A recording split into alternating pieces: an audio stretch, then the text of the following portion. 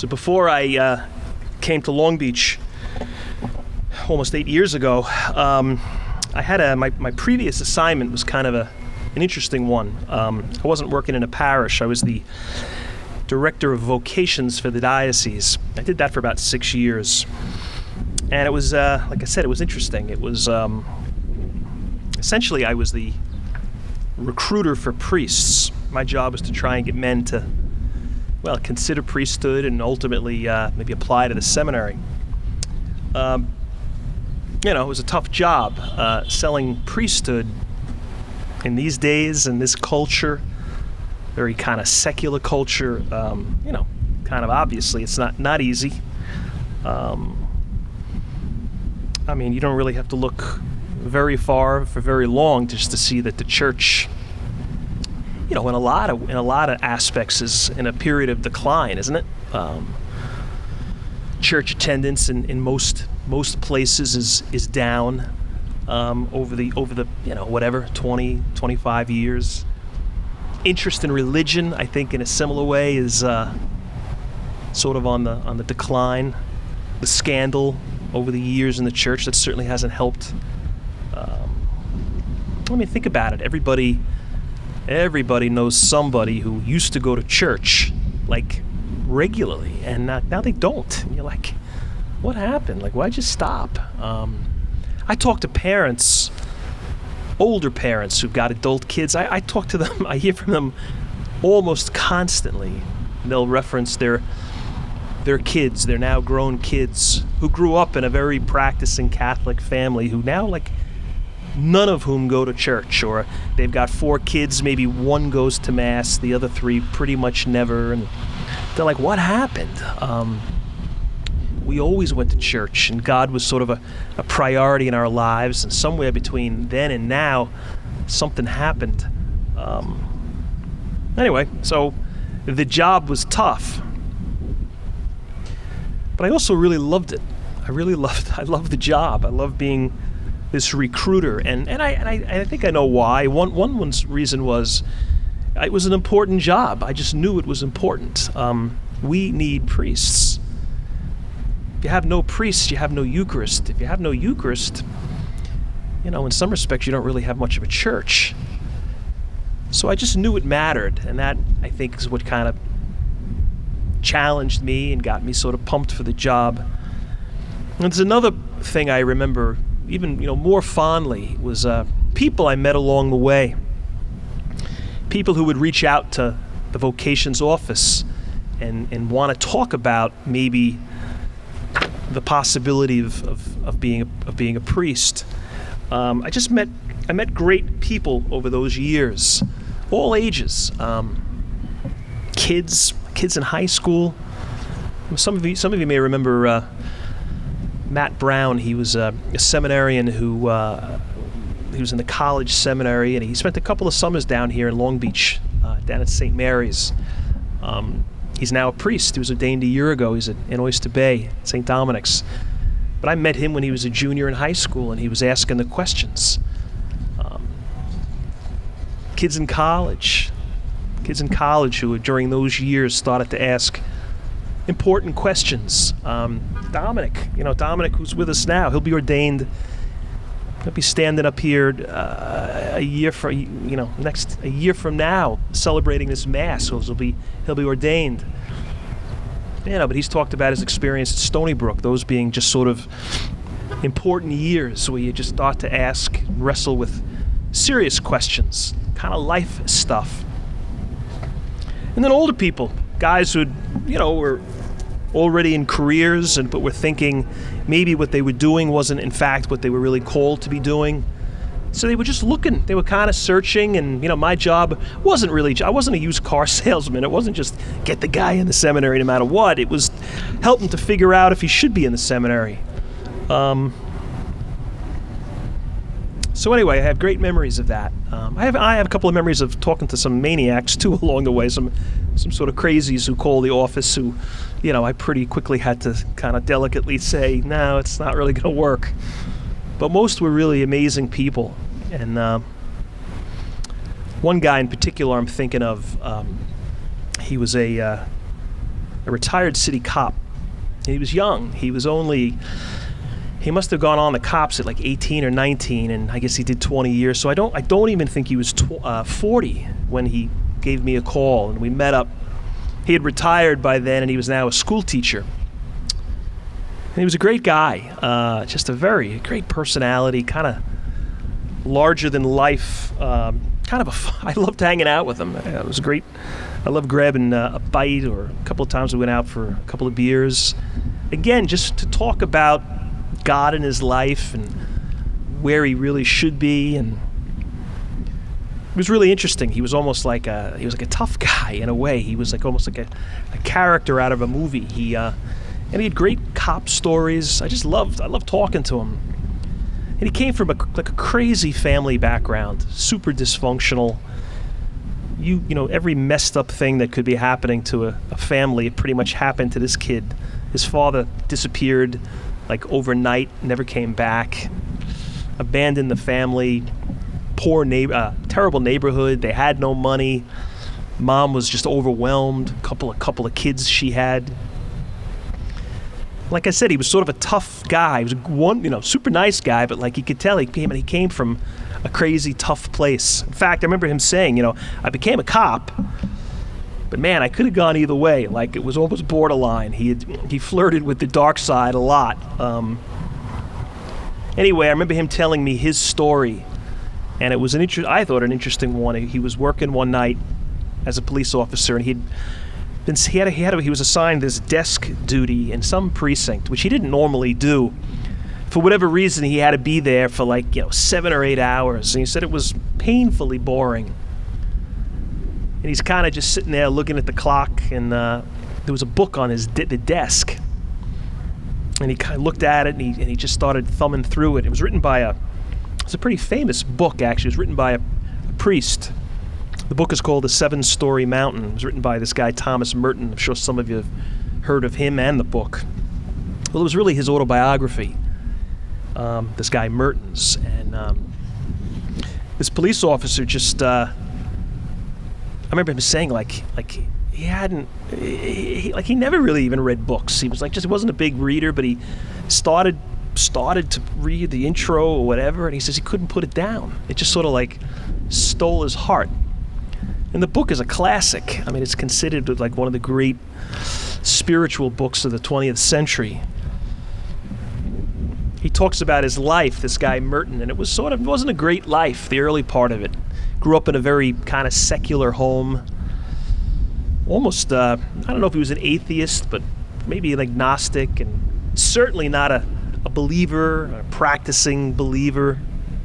Very educated, very smart, very artistic.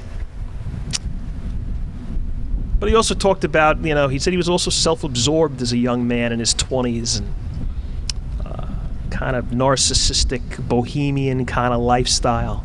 Do what you want, get what you want.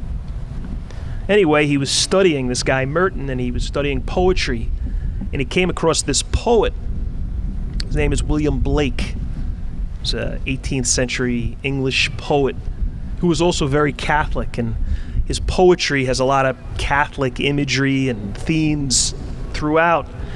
And he just loved this guy's way of writing. And he started to kind of realize the whole Catholic stuff in his poetry. So Merton got sort of intrigued by that. He wanted to learn more about this Catholic thing. And he did, and ultimately he converted.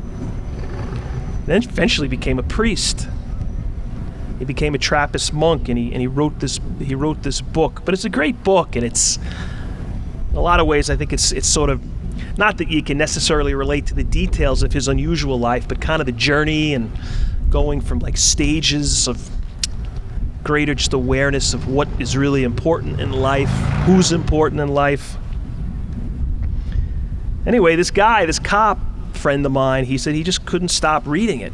He didn't finish the book that night, but he finished it, took it with him, and finished it pretty quickly.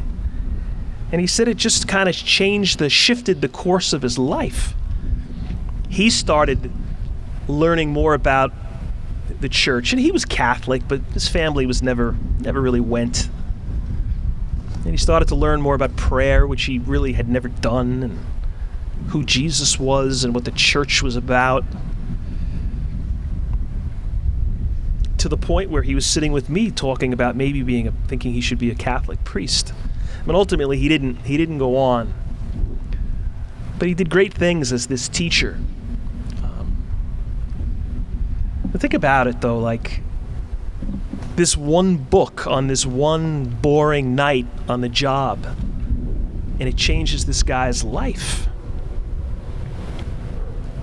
Look at Thomas Merton. I don't know, was it one poem that kind of caught his eye, which led to maybe another poem or two or three, and then it led to broader questions? But it must have started with one poem. And look what happens. I mean, I think things like that happen a lot in life. I think God often works that way. He drops these little moments, these seeds into our lives. It's not always obvious. In fact, it's usually not, I think. It's this gospel tonight, it's this parable. These seeds that are dropped by the sower. Well, it's a parable. We know he's not talking about seeds. He's not talking about farming and gardening. He's talking about himself, God, and us. And he drops these seeds, which is a part of who he is, into our lives. Our lives, which really vary. What I love about this gospel, it says it was like everybody got the seeds. It wasn't just he describes, well, you heard it, all these different types of soil, different kinds of dirt. Some was great, some was very fertile, like, I don't know, Midwestern soil maybe. Farmland soil where you drop the seeds in and it's going to take root. But he also described like horrible soil, rocky, thorny, a path that had been walked on 1,000 times. Nothing's going to grow in those places. But the sower continued to drop this. As many seeds went there as did go on the fertile piece of property. And that's not nothing. I think that was his way of saying he doesn't give up on any of us. And no matter the condition of our soil, no matter the condition of our lives, we're offered the opportunity to take what he gives us and make it work. And yeah, you know what? If you come from a place and a family that was great and healthy and balanced and present, and loving, then probably, yeah, we're going to have a better chance of being all those things in our lives. And if you grew up in a crazy place with irresponsible people, then it's going to be tougher. But it's not impossible. We all know people who have transcended crazy lives, crazy families. And they've gone on to do great things because they took the seed that was dropped in their life, in their rocky, thorny soil, and they somehow made it work. I mean, look at that cop I was telling you about. I mean, he came from sort of objectively not great soil. His family, the environment he lived in, the neighborhood he was from. But he made it work. And what was the seed of that? It was this book that night. I mean, ultimately it was Christ. But the book was about Christ. What if he wasn't there that night? Or what if he looked at the book and then just dropped it? I don't know, maybe his life would have been completely different. I wouldn't have never met him. I wouldn't have been talking to you about him tonight. Same thing with Thomas Merton, that one poem. So we're supposed to make it work. We're supposed to make the hands we've been dealt work. And some hands are better than others. You know, we all know people, don't we, who they're like forever blamers. They're perpetual blamers. There's certain people in their lives they're consumed with because they didn't do their job. They hurt them in some way. And they got damaged because of it, legitimately. But they won't let it go. It's like the person who came from a crazy, nutty family. The guy whose father was a drunk, whose mother was self-absorbed, selfish, whatever the dysfunction was.